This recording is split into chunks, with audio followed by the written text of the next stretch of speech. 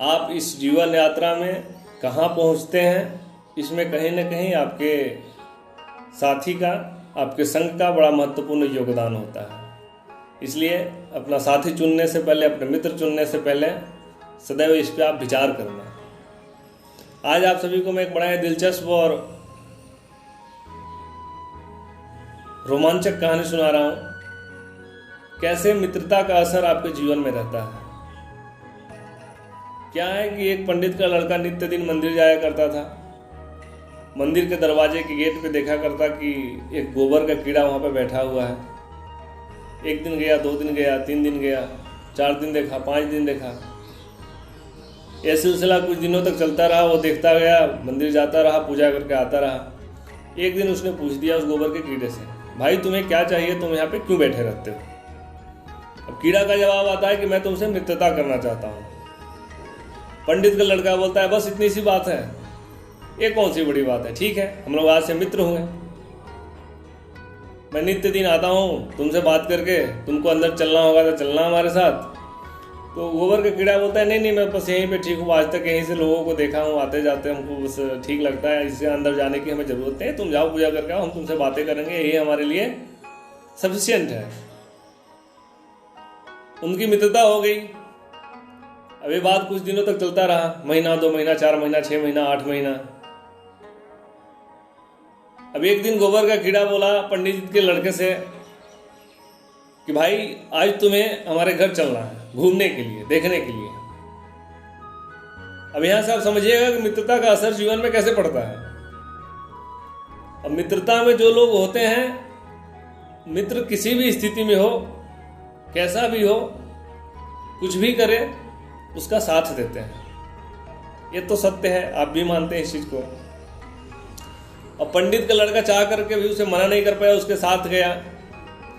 जहां देखा वहां गंदगी, जहां देखा वहां गंदगी। चूंकि गोबर का कीड़ा था तो उसका घर भी तो उसी प्रकार का होगा ना, वही रहता था। एक बात और आपको मैं बता दूं कि कहानी उस युग की है जिस युग में पेड़ पौधा, कीड़े, नदी, पहाड़, पत्थर सब बातें करते थे, यानी सतयुग की कहानी है। कहानी में आते हैं कि लेकर के उसे गया अपने घर में पंडित के लड़के को गोबर का कीड़ा, वहां का माहौल देख करके। हालांकि वो कुछ बोले तो नहीं, लेकिन उनको अच्छा फील नहीं हुआ पंडित के लड़के को। अब कुछ दिन के बाद पंडित का लड़का उस गोबर के कीड़े को बोलता है कि आज तुम हमारे घर चलो। तो कीड़ा बोलता है ठीक है चलता हूं, इसमें कौन सी बड़ी बात है, आप भी हमारे घर गए थे, हम भी आज आपके घर चलेंगे। अब जाता है तो जैसे ही घर के दरवाजे के अंदर जाता है गोबर का कीड़ा, घर में एक गजब प्रकार का ही आकर्षण महसूस करता है। चारों तरफ पुष्प लगे हुए हैं, धूप है, अगरबत्ती है, पूजा पाठ का माहौल है, साफ सुथरा बिल्कुल घर है। अब गोबर के कीड़ा को समझ में आता है कि यार जीवन तो ये बेहतरीन है, हम तो आज तक ऐसा देखे ही नहीं थे।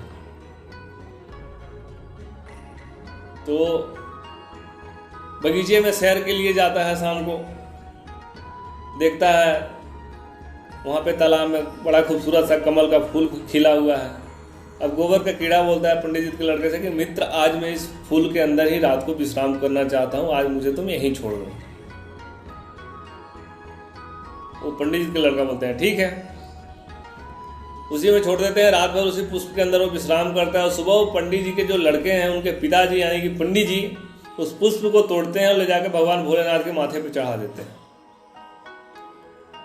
अब वहां से वो आता है कीड़ा तो सोचता है कि वाह रे हमारी जीवनी, वाह हमारा जीवन, क्या हमने मित्रता किया। लोग परिश्रम करके भी भगवान के पैर पे नहीं आ पाते हैं, आज हमने मित्रता की और भगवान के सर तक आ गए। तो यहां से हमें 2 बातें सीखने को मिलती है। एक तो गोबर के कीड़े की तरफ से देखें तो बड़ा बेहतरीन चीज़ है कि अपने से बड़े स्तर पे, अपने से बेहतरीन स्तर पे, अपने से अच्छे स्तर पे लोगों के साथ आपको मित्रता करना चाहिए, क्योंकि आपको सदैव ही एक अच्छे स्थिति में और एक अच्छे माहौल में लेकर के जाते हैं। दूसरी तरफ से इसको देखें तो मित्रता किसी से भी करो यदि आपका पलड़ा भारी है, जैसे पंडित जी की जीवनी अच्छी थी उस गोबर के कीड़े की जीवनी से, तो आप उसे भी एक बेहतरीन जगह पे ला सकते हो।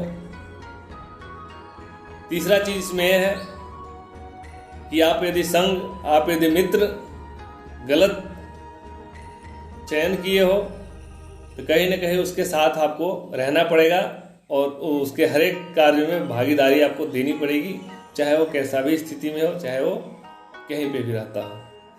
तो इन सभी बातों का मुझे उम्मीद है आप सभी लोग ध्यान देंगे और आप सभी लोगों को ये पसंद आया होगा। धन्यवाद।